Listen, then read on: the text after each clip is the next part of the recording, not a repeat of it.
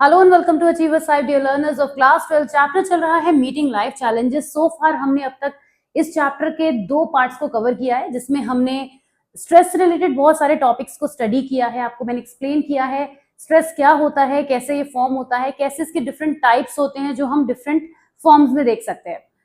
ये जो नोट्स हैं जिसकी हेल्प से आप यहाँ पे पढ़ रहे हैं, ये सारे नोट्स आप रिसीव कर सकते हैं हमारे व्हाट्सएप ग्रुप से, जिसका लिंक आपको डिस्क्रिप्शन में मिलेगा। और सभी नोट्स फ्री ऑफ कॉस्ट हैं, आप उनको जाके डाउनलोड कर सकते हैं, स्टडी कर सकते हैं। बहुत डीपली नोट्स बनाए गए हैं। और आज जो हमारा टॉपिक्स है जिन्हें हम आज कवर करेंगे, उसमें बहुत ही इंपॉर्टेंट टॉपिक एक आएगा जो कि इस चैप्टर का एक मेन हाईलाइट भी है, जिसे हम कहते हैं गैस मॉडल, जो कि हैंस सेले ने दिया था। और इसके अलावा कुछ और टॉपिक्स भी हम यहाँ पे कवर करेंगे। ऑलराइट, तो चलिए बिना किसी डिले के आज की वीडियो की हम क्विकली बिगिनिंग करते हैं, जिसमें स्ट्रेस एंड हेल्थ पहला टॉपिक रहेगा। आइए जानते हैं कि स्ट्रेस और हेल्थ का क्या रिलेशनशिप है। ऑल्दो आप सभी बहुत अच्छे से जानते हैं कि स्ट्रेस हमारी हेल्थ को बहुत ज्यादा इंपैक्ट करता है। स्ट्रेस की कंडीशन में अगर हम लगातार बने हुए हैं तो हमारी फिजिकल हेल्थ, मेंटल हेल्थ, सभी तरीके की हेल्थ पर इंपैक्ट आता है। तो there are some physical changes which a person experiences during stress. सबको पता है कि बहुत सारे ऐसे फिजियोलॉजिकल चेंजेस होते हैं जो स्ट्रेस को एक्सपीरियंस करते हुए हम फेस करते हैं। जैसे कि अगर आप किसी बात से परेशान हैं तो आपका अटेंशन पुअर हो जाता है, ये एक कॉग्निटिव सिम्टम है जो हम देखते हैं। हो सकता है आपको भूख ना लगे, ये एक बिहेवियरल सिम्टम है। फिजिकल सिम्टम भी है, फिजियोलॉजिकल सिम्टम भी है। तो इसी तरीके से बहुत सारे चेंजेस हमें देखने को मिलते हैं, जो कि हेडेक, इरिटेबिलिटी, मूड स्विंग्स, हमारे फिजिक में डिफरेंट चेंजेस आने लगते हैं, स्लीप डिसऑर्डर्स हमें होने लगते हैं। इसके अलावा fatigue, depression, fertility problems, breathing problems, weight gain और लॉस होना बहुत कॉमन प्रॉब्लम है जो डिप्रेशन में खासतौर से देखने को मिलता है। अब नॉर्मल हार्ट बीट हो जाना, लोगों के साथ ये भी बहुत ज्यादा होता है। बीपी का हाई या लो होना भी एक प्रॉब्लम है जो फिजियोलॉजिकल लेवल पे देखने को मिलती है। और हार्ट रिलेटेड डिसऑर्डर्स भी होते हैं। Chronic daily stress can affect physical and mental health of an individual, of course। और फिजिकल एग्जॉशन जो होता है वो हमें क्रॉनिक फटीग भी कॉज करता है, वीकनेस और लो एनर्जी की तरफ भी लेकर जाता है। और मेंटल एग्जॉशन जब होता है तो irritability, anxiety, feeling of helplessness, hopelessness, इनकी फॉर्म में नजर आता है। तो स्ट्रेस जब भी हमें होता है वो हमारी हेल्थ को बहुत ज्यादा इंपैक्ट करता है। इस फैक्ट को तो हम बिल्कुल भी डिनाई नहीं कर सकते, और ये हम सभी ने एक्सपीरियंस भी किया है। बात करते हैं बर्नआउट की, which is a 2 marker question. 2 marks में ये पूछ लिया जाता है आपसे शॉर्ट नोट की फॉर्म में कि बर्नआउट क्या होता है। बर्नआउट, जैसे कि नाम से पता चल रहा है कि समथिंग जो एक अपने पीक पॉइंट पर पहुंचने वाली कंडीशन है। बर्नआउट तब होता है जब हमारा फिजिकल, इमोशनल और साइकोलॉजिकल एग्जॉशन हो जाता है। मतलब हो सकता है कि हम स्ट्रेस से बहुत ज्यादा परेशान है, लेकिन फिजिकली इतने स्ट्रांग है कि हम चीजों को बैलेंस कर पा रहे हैं, या फिर मेंटली हम इतने, इमोशनली हम इतने बैलेंस्ड हैं कि हमारे साथ कोई प्रॉब्लम हुई तो हम उसको थोड़ा बहुत टैकल कर पा रहे हैं। लेकिन अगर लगातार प्रॉब्लम बनी रहे, स्ट्रेस लगातार बना रहे, तो कोई भी पर्सन हो वो एक ऐसी स्टेज पे जरूर पहुंचेगा जहां पे ये सारी ही चीजें अपने पीक पॉइंट पे पहुंच जाएगी। मतलब मेंटल स्ट्रेस, इमोशनली जो है वो पर्सन डाउन हो सकता है, फिजियोलॉजिकली भी वो पर्सन वीक हो सकता है। तो ऐसे में बर्नआउट की स्टेज आती है जब हम हर तरीके से, कह सकते हैं ना कि हर तरीके से हम डाउन होने लग जाते हैं। तो सिंपली उस स्टेज को हम बर्नआउट कहते हैं। और स्ट्रेस जो होता है वो हमारे इम्यून सिस्टम को भी इंपैक्ट करता है, ऑफ कोर्स, क्योंकि फिजियोलॉजिकल जब भी करेगा तो इम्यून सिस्टम तो उसी का पार्ट है, और हमारे इल होने के चांसेस को बढ़ा देता है। राइट, इस तरीके से बहुत सारे फिजियोलॉजिकल जो चेंजेस होते हैं वो हमें देखने को मिलते हैं। रिसर्चर ये भी एस्टिमेट करते हैं कि stress plays an important role in 50 to 70% of our physical illness. जो पर्सन है, बहुत सारे लोग जो फिजिकल इलनेस को डील कर रहे होते हैं फिजिकल इलनेस से, तो उसमें कई बार जो रीजन होता है वो हमारा स्ट्रेस होता है। और स्ट्रेस इतना बढ़ जाता है, प्रॉब्लम्स, लाइफ प्रॉब्लम्स हो सकती हैं, बहुत सारे रीजंस हो सकते हैं जिसकी वजह से स्ट्रेस होता है। तो ये सब तो हम पहले पढ़ चुके हैं। बात करते हैं कि बर्नआउट और स्ट्रेस में क्या फर्क है। 2 मार्कर में डिफरेंसेस पूछ लिए जाते हैं, तो पता होने चाहिए आपको कि बर्नआउट और स्ट्रेस में क्या फर्क है। वैसे तो बर्नआउट में भी हमें स्ट्रेस ही फील होता है, और स्ट्रेस होते होते हम बर्नआउट की कंडीशन पे पहुंच जाते हैं, पर दोनों में फर्क है थोड़ा सा, अगर इस तरह से समझें। An individual's response to an external situation caused due to adverse circumstances is called stress। आप सबको पता है कि स्ट्रेस क्या है, कई बार अलग अलग तरीके से डेफिनेशन पढ़ ली है हमने कि स्ट्रेस तब होता है जब कोई भी एक्सटर्नल सिचुएशन जो हमें एडवर्स कंडीशन की तरफ लेकर चली जाती है, तब हम कहते हैं कि स्ट्रेस की स्टेट आ गई है। लेकिन जब मेंटल इमोशनल टायर्डनेस हो जाती है उस स्ट्रेस की वजह से, तो बर्नआउट होता है। मतलब ये भी तो कह सकते हैं कि स्ट्रेस एक इनिशियल स्टेज है और बर्नआउट उसके बाद की स्टेज है, क्योंकि स्ट्रेस लगातार बना रहेगा तभी तो बर्नआउट होगा। ऐसा तो नहीं हो सकता कि बर्नआउट हो जाए और उसमें स्ट्रेस एग्जिस्ट ना करता हो, तो ये तो नहीं हो सकता, right. In stress the person feel anxious, Moody, guilty etcetera, ये सब चीजें पर्सन स्ट्रेस में फील करता है। और बर्नआउट में पर्सन पूरी तरीके से hypertensive, mentally depressed, impatient, irritable, मतलब नेक्स्ट लेवल हो गया। जैसे भी हमने बात करी, बर्नआउट जो है वो स्ट्रेस का नेक्स्ट लेवल हो गया, और ऐसा लेवल हो गया जहां पर ले जाकर वो पर्सन को पूरी तरीके से एक कहना चाहिए कि पूरी तरीके से डाउन कर देता है। In stress, the individual encounters fatigue, whereas in burnout, the person faces chronic exhaustion. यहाँ पे पर्सन फटीग को एनकाउंटर करता है, लेकिन क्रॉनिक एग्जॉशन मतलब फिजिकल लेवल पर प्रॉब्लम्स हो सकती हैं, फिजियोलॉजिकल, मेंटल, इमोशनल, सब कुछ हो सकता है। स्ट्रेस में हो सकता है केवल मेंटल फटीग रहे, लेकिन यहाँ पर तो कोई भी ऐसा पार्ट नहीं बचता है जो बर्नआउट में पर्सन फेस ना करे। The individual loses hope and motivation in stress, of course, लेकिन बर्नआउट में पर्सन हर तरीके का लॉस सफर करता है, जिसमें कि फिजिकल एनर्जी टॉप पर होती है। मतलब फिजिकल एनर्जी जब किसी पर्सन की बिल्कुल ड्रेन हो जाएगी तो बर्नआउट की स्टेज वो पहुंच चुका होगा, और बाकी के जो उसके लॉसेस हुए होंगे कॉग्निटिव इमोशनल स्टेज पे, वो तो स्ट्रेस में भी हुए ही होंगे। ठीक है, तो 2 मार्कर में पूछा जाता है। अब सिंपल सी बात है कि स्ट्रेस जो है वो बर्नआउट की तरफ हमें लेकर जाता है अगर वो ना रुके, उसको हम एनकाउंटर ना कर पाए। अब हम बात करेंगे Selye's theory of general adaptation syndrome, GAS model जिसे हम कहते हैं। काफी पॉपुलर मॉडल है ये, और ये हेंस सेले ने दिया था। तो आइए इसके बारे में अब हम बात करते हैं कि ये मॉडल एग्जैक्टली है क्या। Selye's theory of general adaptation syndrome, जिसे गैस मॉडल भी हम कहते हैं, वो एक 3 स्टेज प्रोसेस है। सबसे पहली बात कि उसमें 3 स्टेजेस आती हैं। 3 स्टेज का एक प्रोसेस है जो कि हमारे बॉडी में होने वाले फिजियोलॉजिकल चेंजेस को डिफाइन करता है। लेकिन ये चेंजेस तब होते हैं जब कोई भी पर्सन स्ट्रेस में होता है। ऐसे तो हमारी body through out the time different stages के अक्रॉस आती रहती है, चेंजेस होते ही रहते हैं, लेकिन खास तौर से तब जब कोई पर्सन स्ट्रेस में होता है और तब उसकी बॉडी में जो फिजियोलॉजिकल चेंजेस आते हैं, उनको जनरल अडेप्टेशन सिंड्रोम की स्टडी में कंप्लीट किया गया। और हेंस सेले जो है वो उन्होंने इस मॉडल को दिया था, और उन्होंने इस मॉडल को देने के लिए डिफरेंट बॉडीली रिस्पॉन्सेस को नोटिस किया था, सिमिलर पैटर्न को नोटिस किया था लोगों में। कुछ उन्होंने एनिमल्स के ऊपर भी एक्सपेरिमेंट्स किए थे और उसके बाद वो इस रिजल्ट पे आए थे, लेकिन उसके अलावा उन्होंने ह्यूमन बॉडी पर भी इन चीजों को अंडरस्टैंड किया था। उन्होंने ये कहा कि जो गैस मॉडल है ये 3 स्टेजेस में चलता है, जो कि आपको क्लियरली यहाँ दिख रही हैं। सबसे पहले अलार्म रिएक्शन, दूसरा है रेजिस्टेंस, और तीसरा है एग्जॉशन। अगर कुछ ना देखे, कुछ पिक्चर ना समझे और सिर्फ इन 3 वर्ड्स पर ही हम फोकस करें तो गैस मॉडल बड़ी क्लियरली समझ में आ जाता है कि मतलब अलार्म रिएक्शन मतलब देयर इज समथिंग जो कुछ अलार्मिंग है, जो हमें अवेक कराता है। रेजिस्टेंस मतलब कुछ देर के लिए कोई चीज रुक जाती है। ये इनके लिटरल मीनिंग्स की हेल्प से मैं आपको बता रही हूँ, क्योंकि अलार्म मीन्स समथिंग अलार्मिंग जो हमें अवेक करे।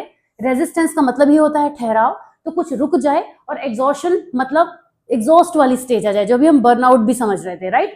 तो एग्जॉशन वो होता है। तो अब हम अगर इन तीनों को जोड़ दें तो हमें ये चीज समझ में आ रही है कि ये, क्योंकि ये स्ट्रेस से रिलेटेड है, जाहिर सी बात है, तो स्ट्रेस में होने पर पर्सन की बॉडी में ये फिजियोलॉजिकल स्टेजेस चलेंगी और इसी ऑर्डर में चलेंगी। मतलब पहले अलार्मिंग सिचुएशन आएगी, रेजिस्टेंस यानी कुछ ठहराव आएगा किस चीज का, स्ट्रेस का, और उस स्ट्रेस से पर्सन एग्जॉस्ट हो जाएगा। इन 3 स्टेजेस में ही गैस मॉडल को डिफाइन किया गया है। और अब हम डिटेल में बात करेंगे कि ये होता कैसे है। मतलब ये स्टेजेस मैंने आपको ऊपरी तौर पर तो बता दी, लेकिन एक्चुअल में ये स्टेजेस चलती कैसे हैं। इस पिक्चर को अगर हम देखें तो बड़ी ही क्लियर बात यहाँ पे कहते हैं। यहाँ पे जो पर्सन है वो एक नॉर्मल स्टेज में है। मतलब एक पर्सन को मान लेते हैं वो नॉर्मल स्टेज में, वो अपना कोई भी वर्क कर रहा है, वो अपना ऑफिस वर्क कर रहा है, वो अपना कोई घर का काम कर रहा है, म्यूजिक सुन रहा है, कुछ भी। There is a normal stage जो एक पर्सन की होती है। अब क्या हुआ, उस पर्सन को नॉर्मल रेजिस्टेंस की स्टेज पे उसे कोई ऐसी बात पता चली या कुछ ऐसा उसके साथ हुआ जिससे वो स्ट्रेस में आ गया, वो पर्सन टेंशन में आ गया। तो जो उसकी स्टेज होगी वो उससे बिलो चली जाएगी। मतलब नॉर्मल से वो ऑफकोर्स स्ट्रेस में आने पर बिलो ही तो जाएगा। ऐसा कैसे पॉसिबल है कि कोई बुरी बात पता चलने पर इंसान एक्साइटेड हो जाए। अगर वो एक्साइटेड होता तो ये ग्राफ हमारा ऊपर को जाता, लेकिन यहाँ पर क्या हो रहा है, बैक, पीछे की तरफ को सिचुएशन चली गई। मतलब समथिंग हैज अलार्म्ड हियर, हमें अलार्मिंग सिचुएशन हुई है, उस पर्सन को पता चला है कि देयर इज समथिंग रॉन्ग। लेकिन अलार्म बजने के साथ साथ वो पर्सन उसी स्टेज में वापस लौटता हुआ ऊपर की तरफ जाएगा। पर इस ऊपर को जाने का मतलब ये बिल्कुल नहीं है कि वो खुश हो जाएगा। हमें ऐसे नहीं समझना है कि यहाँ जाने पर वो दुखी हो रहा है। इसका मतलब हो गया कि वो अपनी नॉर्मल स्टेज से डिटोरिएट हो गया, कुछ चेंजेस उसमें आ गए, और वो चेंजेस आने के बाद वो उन चेंजेस के बारे में तो नहीं सोचता रहेगा, अगर सोचता भी रहेगा तो कितने टाइम तक, मान लेते हैं 1 घंटे तक, 2 घंटे तक, पर ऐसा होता नहीं है। हर पर्सन किसी भी प्रॉब्लमेटिक सिचुएशन में आने के बाद उसका सोल्यूशन सोचने लगता है। ये normal human tendency, it's very very much proven. तो यहाँ पे कोई बात ही नहीं है। अलार्म रिएक्शन की स्टेज में पर्सन अलार्मिंग सिचुएशन में आ गया कि there is something wrong, oh my god what would have happened, उस पर्सन के साथ क्या हुआ होगा, या किसी को पता चला कि उसके फैमिली में किसी पर्सन का एक्सीडेंट हो गया है, तो वो कुछ सोचेगा और वो घबराएगा, पैनिक होगा। ये वो स्टेज है जब वो अलार्मिंग कंडीशन में आ रहा है, लेकिन उसके आगे वो सोल्यूशन की तरफ सोचेगा, पर वो लगातार स्ट्रेस में बना रहेगा। पर अब ये जो उसकी एनर्जी है वो यहाँ ऊपर की तरफ को जाने लगेगी, मतलब अब जो उसका स्ट्रेस है वो इंक्रीज होना शुरू होगा। यहाँ अलार्मिंग के लिए जरूर नीचे जा रहा है, लेकिन ऊपर जाने का मतलब ये बिल्कुल नहीं है कि कुछ पॉजिटिव हो रहा है। दैट मीन्स वो चीज बढ़ रही है। ये जो ऊपर का ग्राफ है ये हमें ये बताता है something is increasing, but increase क्या होगा, इंक्रीज टाइम के साथ स्ट्रेस होगा, राइट। अब पर्सन जब उसको स्ट्रेस होगा वो एकदम से ऊपर उसका टेंशन का जो लेवल है वो चला जाएगा, लेकिन अब होगा क्या, वो स्टेज रुकेगी। वो उस स्टेज में तब तक रहेगा जब तक वो प्रॉब्लम को सॉल्व ना कर ले। यही तो होता है, आप कोई भी सिचुएशन उठा के देख लीजिए जो हाल फिलहाल में आपके साथ हुई हो, उसमें भी यही हुआ होगा कि आप किसी भी प्रॉब्लम में जब रहते हैं तो जब तक वो सॉल्व नहीं हो जाती आपके माइंड में उसको लेके टेंशन होती रहती है। तो यही स्टेज कहलाती है रेजिस्टेंस। जब हमारे अंदर, अंदर का मतलब क्या हो गया, हमारी बॉडी में उससे चेंजेस आएंगे। अगर कोई पर्सन टेंशन में तो उसे भूख नहीं लगेगी, उस टाइम वो खाना खाने के बारे में नहीं सोचेगा, उसे अपनी कोई फेवरेट रेसिपी याद नहीं आएगी। उस टाइम पर उसका पूरा पूरा अटेंशन इस चीज पर होगा कि मैं उस प्रॉब्लम को सॉल्व कैसे करूं। तो ऐसे में उसकी बॉडी रिएक्ट करेगी, रिएक्शंस देगी, फिजियोलॉजिकल चेंजेस आएंगे।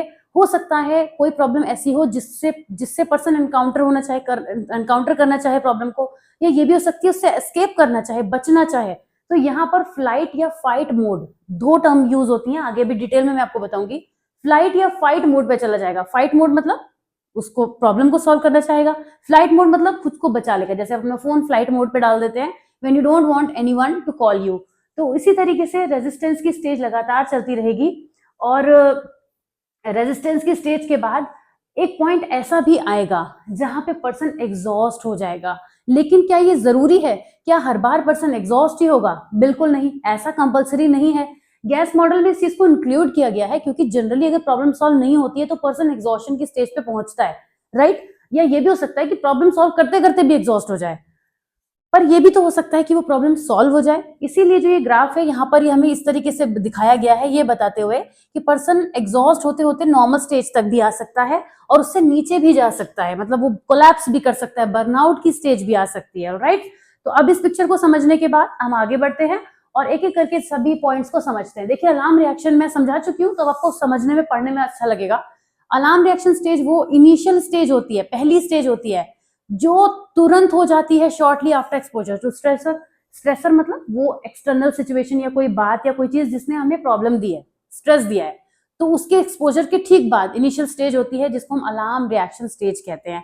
इस स्टेज में क्या होता है, हमारी body goes into flight, fight और फ्रीज मोड पे चली जाती है, जिसमें पर्सन या तो प्रॉब्लम को सॉल्व करने की कोशिश करता है या फिर किसी भी रियल या इमेजिन्ड स्ट्रेसर से अलर्ट होने की कोशिश करता है।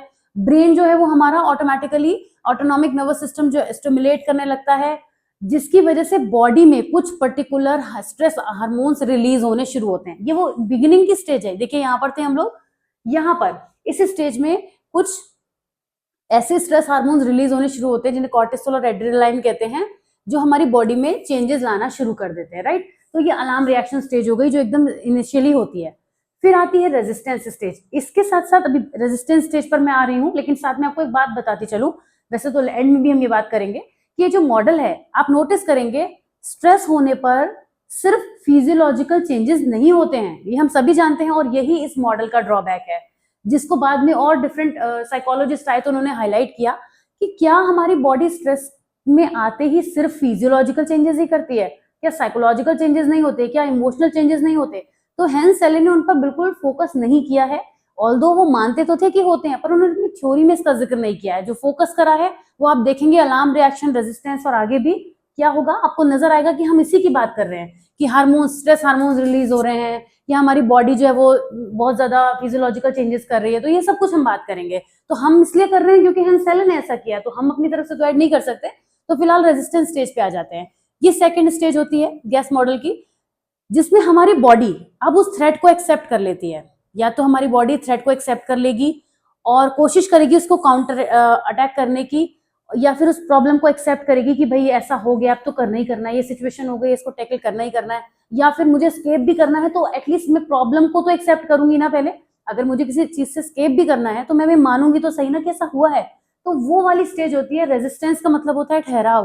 तो ठहराव हर चीज का होगा, हमारी बॉडी में स्ट्रेस का भी होगा, हमारे माइंड में इस चीज का भी होगा कि वो प्रॉब्लम हमारी लाइफ में आ चुकी है, राइट। तो रेजिस्टेंस स्टेज में इस तरीके से the length of resistance depends on the intensity of the stressor. बाहर से अटैक करने वाली प्रॉब्लम कितनी बड़ी है उस पर ये डिपेंड करेगा कि स्ट्रेस जो हमारा रेजिस्टेंस है उसकी लेंथ कितनी रहेगी। हो सकता है छोटी मोटी प्रॉब्लम हो तो रेजिस्टेंस भी कम टाइम के लिए होगा, और कोई बहुत बड़ी प्रॉब्लम है, किसी को अपनी किसी ऐसी डिसीज का पता चलता है तो बहुत लंबी समय तक वो उस चीज में रह सकता है, ठीक है। और हमारी बॉडी में कितनी एनर्जी स्टोर्ड है इस पर भी डिपेंड करता है। मान लीजिए प्रॉब्लम बड़ी है और हम फिजियोलॉजिकली बहुत वीक हैं तो हो जाएंगे, हम पहले ही कोलैप्स हो जाएंगे। प्रॉब्लम तो अपनी जगह पे चलेगी, हम पहले ही कोलैप्स हो जाएंगे क्योंकि हमारी बॉडी में एनर्जी नहीं है उस चीज को डील करने की, राइट। तो दोनों बातों पे डिपेंड करता है रेजिस्टेंस की लेंथ, कि जो प्रॉब्लम आई है वो कितनी स्ट्रांग है और हमारी बॉडी कितनी अलाउ कर रही है हमें उस प्रॉब्लम से एनकाउंटर करने के लिए। Alright, if the stressful event continues, the hormonal changes from the alarm stage continue to keep us in a state of alert। जाहिर सी बात है, अगर स्ट्रेसफुल इवेंट लगातार बना रहेगा तो हमारा जो स्टेट है फिजियोलॉजिकल वो अलर्ट मोड पे रहेगी और हम लगातार, हमें क्या फील होगा, we may experience increase glucose level and high blood pressure. इस तरीके के मतलब कुछ फिजियोलॉजिकल सिम्टम्स हमें फील होने शुरू हो जाएंगे। लेकिन अगर स्ट्रेसफुल इवेंट पास हो जाता है तो हमारे हार्मोनल जो भी स्ट्रेस हार्मोन्स हैं वो डिक्रीज होने शुरू हो जाएंगे, यही होता भी है, और हमारा हार्ट रेट बीपी जो है वो नॉर्मल स्टेज पे आ जाएगा, रिपेयरिंग होनी शुरू हो जाएगी, राइट। फिर आता है एग्जॉशन स्टेज। अब आप एक चीज नोटिस कीजिए, हम एग्जॉस्ट तब होंगे जब ये वाली कंडीशन होगी कि अगर स्ट्रेसफुल इवेंट बना रहे, लेकिन अगर वो नहीं बना रहेगा तो जरूरी नहीं है कि हम एग्जॉस्ट हो सकता है हम प्रॉब्लम को सॉल्व कर लिए, मैं एग्जॉस्ट ना भी हूं। तो थर्ड और फाइनल स्टेज होती है, लेकिन इसे इंक्लूड किया गया है क्योंकि एक पॉसिबल स्टेज तो है, इसलिए इंक्लूड तो किया ही गया है। इस स्टेज में हमारी बॉडी के जो रिसोर्सेज आते हैं they are depleted after attempting to repair itself during the resistance stage. अब हमारी बॉडी ना रिपेयरिंग मोड पे आती है। अगर आप ये नोटिस करेंगे, यहाँ पे कहाँ गई हमारी पिक्चर, तो अब मैंने आपको बताया था कि ये ग्राफ वापस यहाँ तक आ रहा है और ये क्या है, लेवल है नॉर्मल रेजिस्टेंस का। तो हम एग्जॉस्ट तो होंगे, लेकिन एग्जॉस्ट होने के बाद भी हम नॉर्मल स्टेज की तरफ बढ़ेंगे। लेकिन if the original threat has passed your body will continue to recover. लेकिन अगर स्ट्रेस बना रहे तो बॉडी में एनर्जी नहीं बचेगी फाइट करने की। इस तरीके से 3 पार्ट में से हमने डिवाइड किया है। बातें वही हैं जो हमने सब लिखी हैं। आप फिर भी इनको अगर टेबल की फॉर्म में लिखना चाहते हैं तो आप टेबल की फॉर्म में लिख सकते हैं, नहीं लिखना चाहते हैं तो एक एक पॉइंट को आप मेंशन करेंगे और साथ में ये जरूर मेंशन करेंगे कि क्या फिजियोलॉजिकल चेंजेस आते हैं। जैसे फ्लाइट और फाइट मोड पे जाता है अलार्म स्टेज में और कुछ हार्मोन्स रिलीज होते हैं, है ना, और इसके अलावा बॉडी के जो रिसोर्सेज हैं वो मोबिलाइज्ड हो जाते हैं। रेजिस्टेंस स्टेज में क्या क्या होता है, बॉडी फिजियोलॉजिकल फंक्शनिंग में रिटर्न होने लगती है धीरे धीरे और रेडी कर लेती है खुद को कि उसको उस प्रॉब्लम में बने रहना है, और जो भी स्ट्रेसर के अगेंस्ट रिसोर्सेज हैं उन पर फोकस करना शुरू करती है बॉडी। ग्लूकोज लेवल, ये सब चीजें हमारी बॉडी में इंक्रीज होने लगता है। एग्जॉशन में पर्सन जो है वो बॉडी की कैपेसिटी से बियॉन्ड चला जाता है, एकदम ऊपर चला जाता है, राइट, बॉडी की कैपेसिटी से बियॉन्ड चला जाता है, बॉडी एग्जॉस्ट हो जाती है और हमारे जो भी हमारे साथ प्रॉब्लम्स होती हैं वो एग्जॉशन स्टेज में होने लगती हैं। लेकिन इस मॉडल की जैसे भी हमने बात करी, बहुत क्रिटिसिज्म मिला है इसे, और मिलना भी चाहिए भाई, क्योंकि इतनी इंपॉर्टेंट चीज को इसने दरकिनार कर दिया है, बिल्कुल किनारे कर दिया है कि उसकी वैल्यू ही नहीं है, जो कि नहीं हो सकता। तो इस तरीके से यहाँ पे परसेप्शन, पर्सनैलिटी, बायोलॉजिकल फैक्टर, ये सब चीजें भी तो रोल प्ले करती हैं अपना। बहुत सारी चीजों को इन्होंने यहाँ पे इग्नोर कर दिया, which was not a right thing. तो इस तरीके से जो मॉडल है वो थोड़ा सा क्रिटिसिज्म को भी झेलता है। Alright, now we are left with one more topic which is stress and immune system. तो क्या होता है यहाँ पे, एक बड़ी इंटरेस्टिंग टर्म आती है विच इज साइकोन्यूरोइम्यूनोलॉजी। इम्यून सिस्टम जो होता है हमारी बॉडी को जितने भी हमारे अटैकर्स होते हैं, बॉडी में अटैक्स करने वाले बहुत सारे सेल्स होते हैं, वो उनसे हमें प्रोटेक्ट करने का काम करता है हमारा जो इम्यून सिस्टम होता है। साइकोन्यूरोइम्यूनोलॉजी 3 चीजों पे फोकस करती है। साइको यानी साइकोलॉजी का मतलब होता है माइंड से कनेक्टेड, न्यूरो का मतलब होता है ब्रेन, न्यूरॉन से बना है, और इम्यूनोलॉजी यानी इम्यून सिस्टम से ये जुड़ी हुई है। तो इन तीनों से मिलकर जो एक ब्रांच बनती है उसको हम साइकोन्यूरोइम्यूनोलॉजी कहते हैं। 1 मार्कर में कई बार पूछ ली जाती है, लेकिन मेन बात हम यहाँ पे क्या करेंगे कि स्ट्रेस और इम्यून सिस्टम कैसे कनेक्टेड होते हैं। हमारे बॉडी में व्हाइट ब्लड सेल्स जो होते हैं, WBC जिन्हें आप बोलते हैं, ल्यूकोसाइट्स, इम्यून सिस्टम के अंदर, वो आइडेंटिफाई करते हैं और डिस्ट्रॉय करते हैं फॉरेन बॉडीज को जो कि हमारी बॉडी में such as viruses by producing antibodies. इसके अलावा टी सेल्स होते हैं, T cells destroy invaders and enhance immunological activity. और बी सेल्स जो होते हैं वो एंटीबॉडीज प्रोड्यूस करने का काम करते हैं। नेचुरल किलर्स जो होते हैं वो हमारे वायरसेस और ट्यूमर्स के अगेंस्ट फाइट करने में हमें हेल्प करते हैं। स्ट्रेस जब हमें होता है तो वो हमारे नेचुरल किलर सेल्स की साइटोटॉक्सिसिटी को खत्म कर सकता है, इफेक्ट कर सकता है, जो कि हमारे डिफरेंट इन्फेक्शंस, कैंसर्स, इन चीजों के अगेंस्ट वर्क करते हैं। स्ट्रेस जब हमारी बॉडी में रहेगा तो वो हमारी बॉडी की स्ट्रेंथ को होल्ड करेगा, अपने कब्जे में लेगा, और उस तरीके से धीरे धीरे हम डिके, मतलब हमारी बॉडी जो है डिके की तरफ बढ़ने लगेगी। Stressed person have been found to have reduced level of these cell. जो लोग बहुत ज्यादा स्ट्रेस में रहते हैं उनके अंदर इन्हीं सेल्स की जो है वो हमें कमी देखने को मिलती है। ऑलराइट, थोड़ा सा रिलेशनशिप था यहाँ पे, और इसी के साथ ये वाला पार्ट हमने कंप्लीट कर लिया है। चैप्टर 3 का एक लास्ट वीडियो बचा है जिसको आप नेक्स्ट इस सीरीज में देख पाएंगे। और साथ ही नोट्स को रिसीव करना मत भूलिएगा, जैसे कि मैंने आपको पहले ही बताया। आई होप कि एक्सप्लेनेशन आपके काफी काम आएगा। If you found it useful then please press the like button. Also subscribe to the channel if you have not done it yet, and see you super soon in the last part of this chapter. Till then, take care. Bye bye.